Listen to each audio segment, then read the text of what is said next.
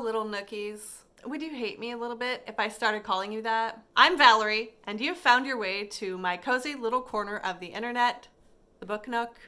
Make yourself at home. I don't care if you dog ear the pages. This year in 2022, my goal for reading is just to read as many books off of my own shelves as I can.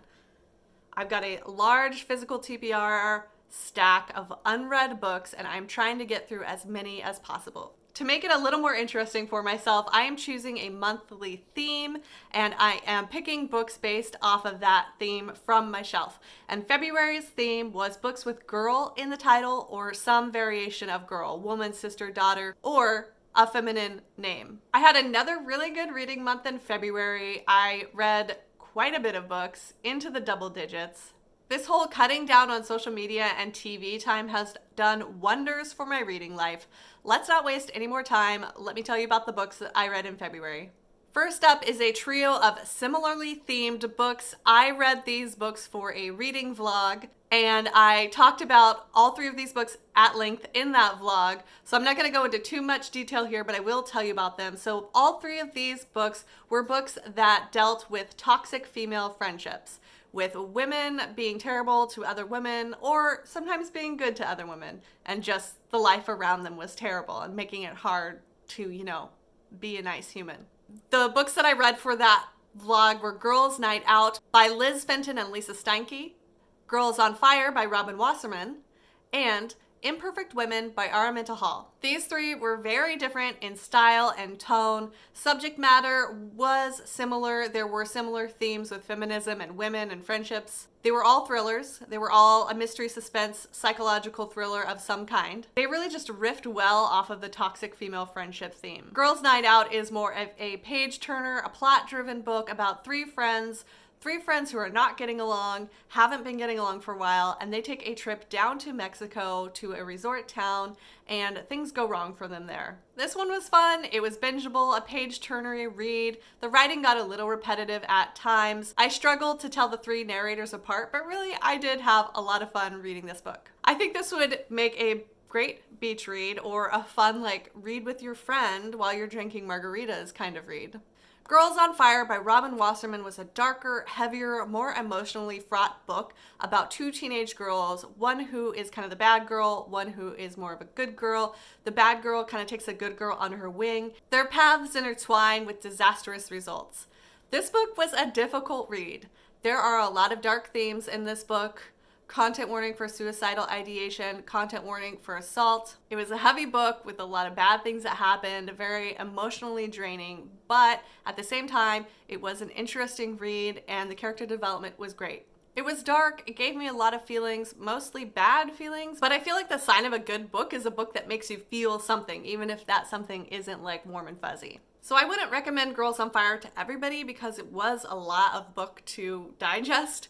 But if you do like darker, twisty, angsty protagonists, this one might be a good one to check out. Imperfect Women was the final book in the trio that I read for that vlog. It's a slower paced, slow burn, character-driven book about exploring the aftermath of grief and how well a person can know another person. It's told in 3 parts from the perspective of 3 women who have been friends since university, and they all have very different lives now, but their lives are still intertwined. One of them is murdered, and it has a ripple effect across all of their lives. And that was the spark point for this book. What drove this book forward was that ripple effect.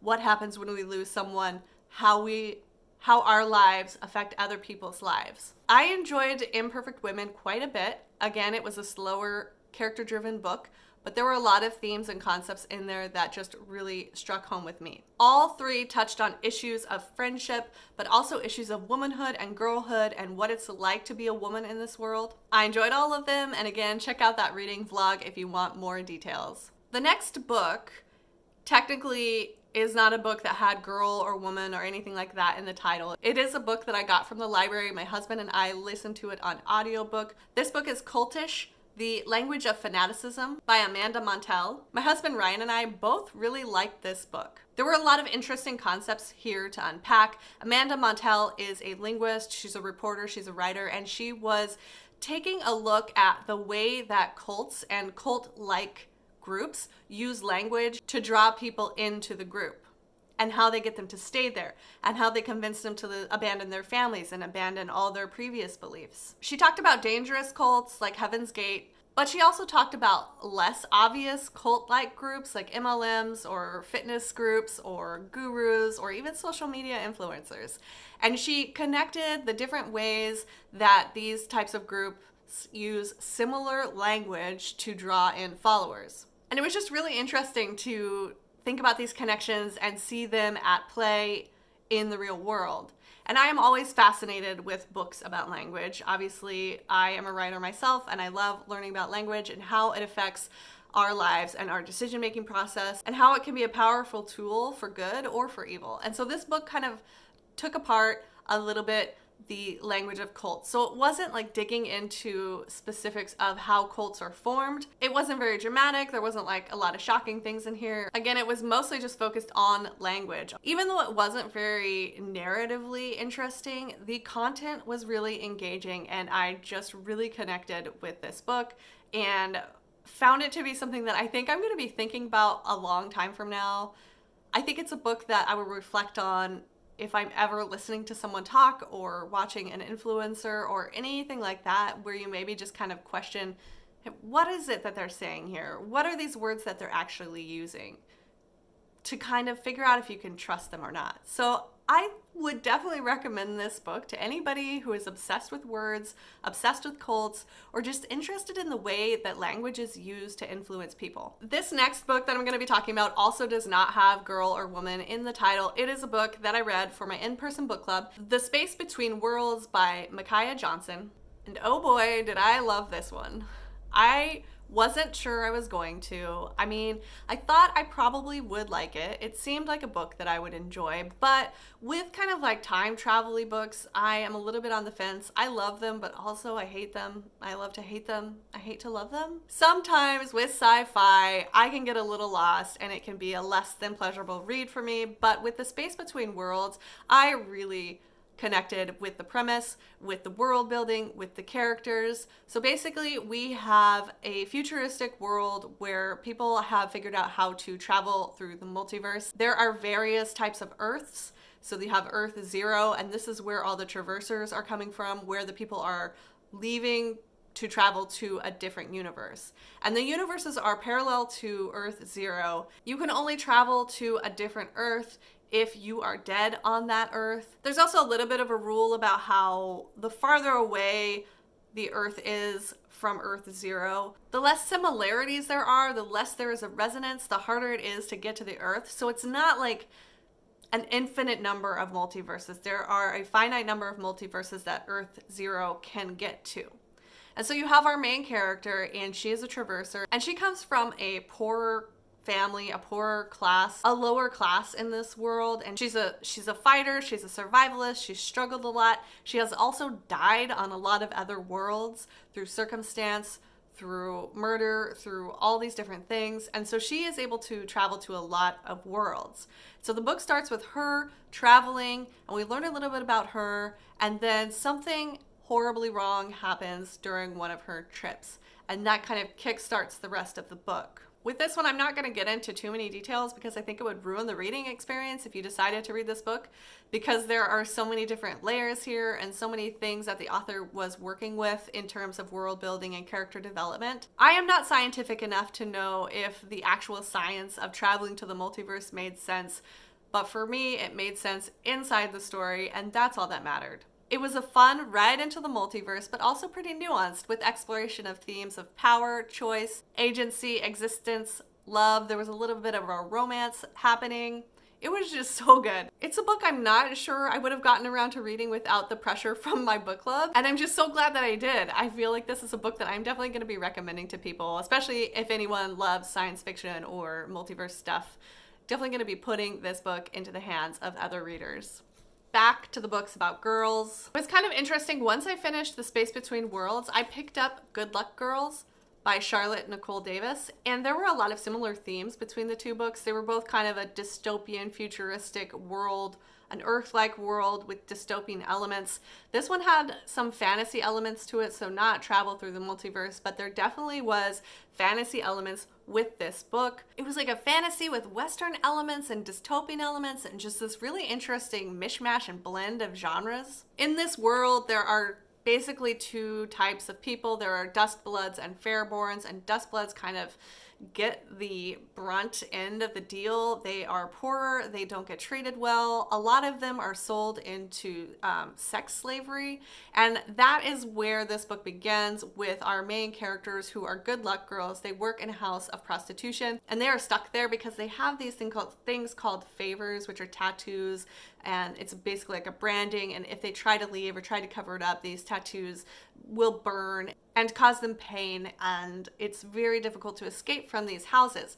The other deal with these houses is that as they're working there, they get food, they get room and board, they get taken care of, basically. The idea is that, hey, you were a Dustblood and this other life you came from was terrible, and so now you're here with us, and aren't we treating you well? But these young women have to perform and be present for men in the area who come in and pay for their time and their bodies. The main character here is basically surviving through this ordeal. She does not want to be at this house. She's not happy here.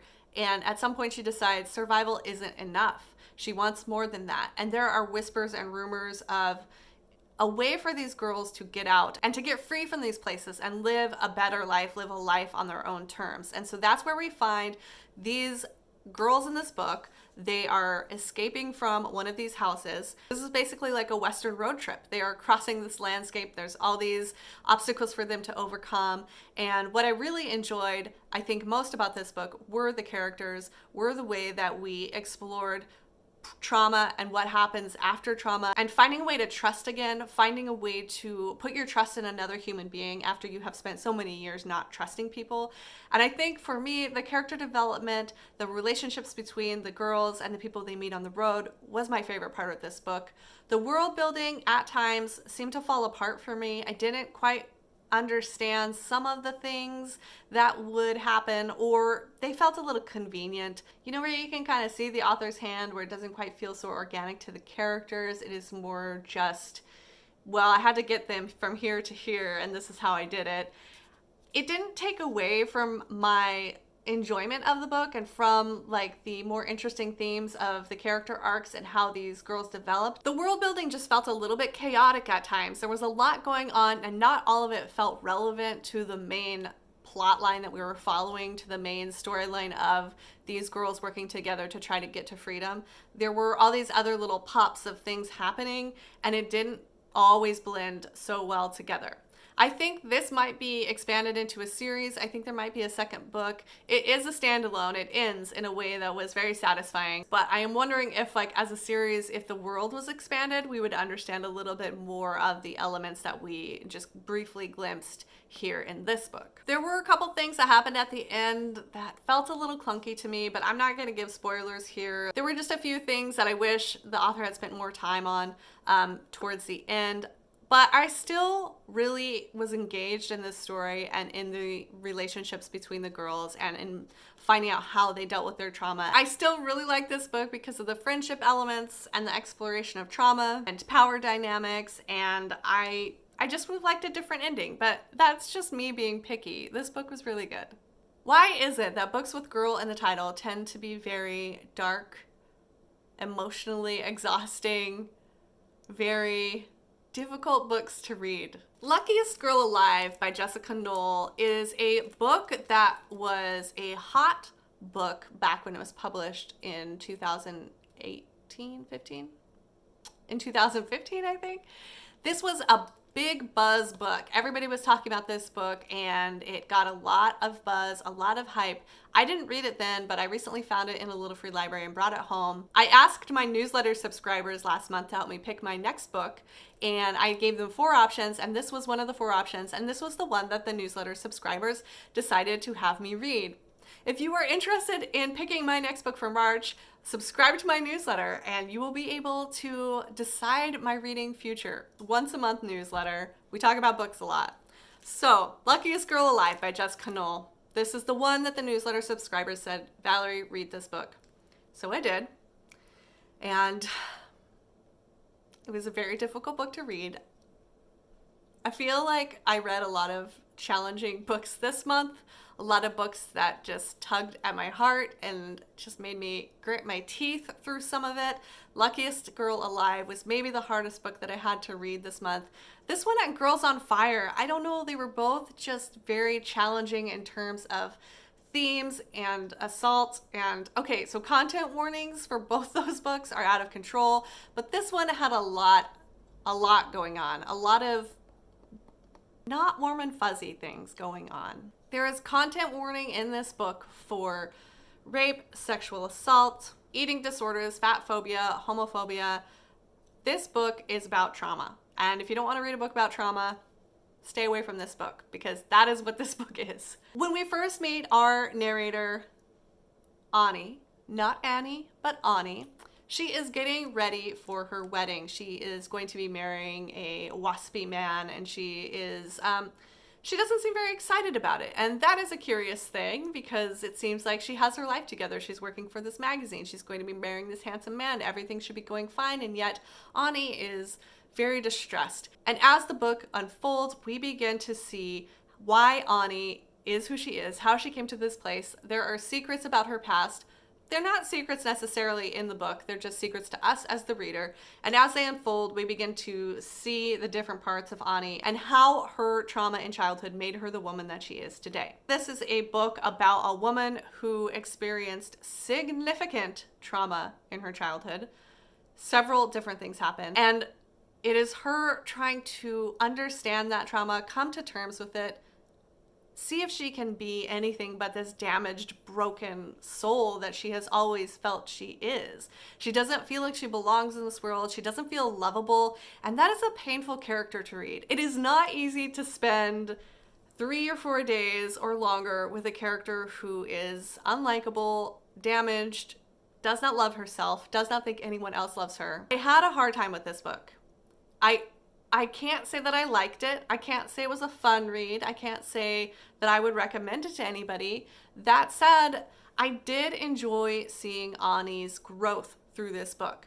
I enjoyed some of her biting commentary and bitterness about the world and about the things that happen to women in the world and the way that young women are treated and the way that men get away with things. So there was some cutting remarks here, some darkness that I did not enjoy, but that spoke to me in a way that got me thinking, that was provocative in a way that was engaging. But I'm glad this book is over. I don't think I will ever read it again, and I don't think I would ever recommend it to anybody unless you like really dark, damaged characters with dark, triggering storylines. This might be for you. I mean, it is set in New York. There's some fashion elements to it, but it was a hard book to get through. So thank you, newsletter subscribers, for giving me a book that just really crushed me, broke my heart. The last book that I read for February is one that I can't really talk about right now. That book is The Bookish Life of Nina Hill by Abby Waxman. And the reason I can't talk about this is because I'm doing a buddy read with booktuber and authortuber Margaret Pinard. She is reading this book along with me, and then we are going to be having a live stream chat about it. A live chat, live stream, something. We're gonna get together and talk about all our feelings and how warm and squishy this book made us feel. There is still time to join us in this buddy read. We are going to be doing the live stream on March 13th. I do not have a time yet or really any details as I record this, but I will put more details down below as we get closer to the live stream day, but that is going to be March 13th. And so you have a couple weeks to read this book. The live stream is going to be on Margaret's channel. If that's something that interests you, leave a comment so that I can make sure you get the details for the live chat that Margaret and I will be having in March. So I do have thoughts on this book, and this cover's adorable, but I'm not going to tell you anything about it. I'll tell you what the book is about. Okay. The book is about Nina Hill. She is an introverted young woman who is working at a bookstore, and maybe she doesn't really like people all that much. She's kind of a funny, dry wit. She has a lot of activities going on. She participates in a book club and trivia. She has like her friends, right? She has the people that she cares about. She doesn't really want to get involved in a lot of extra things. She has a set way that she likes her life, and then something happens that uproots all of that and sends her life spiraling into chaos. I'm not going to say any more about this book until March 13th. Comment if you want to participate or if you want to join in the live stream, and I will make sure you get the details. I suppose in the interest of transparency, I should tell you that I did read more books in February than the ones I talked about in this video, but they are for a different project, for a video series that I'm going to be posting a couple months from now, and so I don't want to tell you about them. If I told you about them now, I couldn't tell you about them later, so I did read more books in February, but you're gonna have to wait to hear about them. But even without those books, February was a great reading month for me. I read 8 books and 6 of those came off my own shelf, so I think that is a pretty good month indeed. I hope that February was a good reading month for you as well. I would love to know what you've been reading lately, so let me know in the comment box down below. And then we're on to March reading, and March themes is going to be books with blue covers, like this one. This is pretty blue. Pretty and blue. That's it. That's the theme. Books with blue covers. I have a lot of them.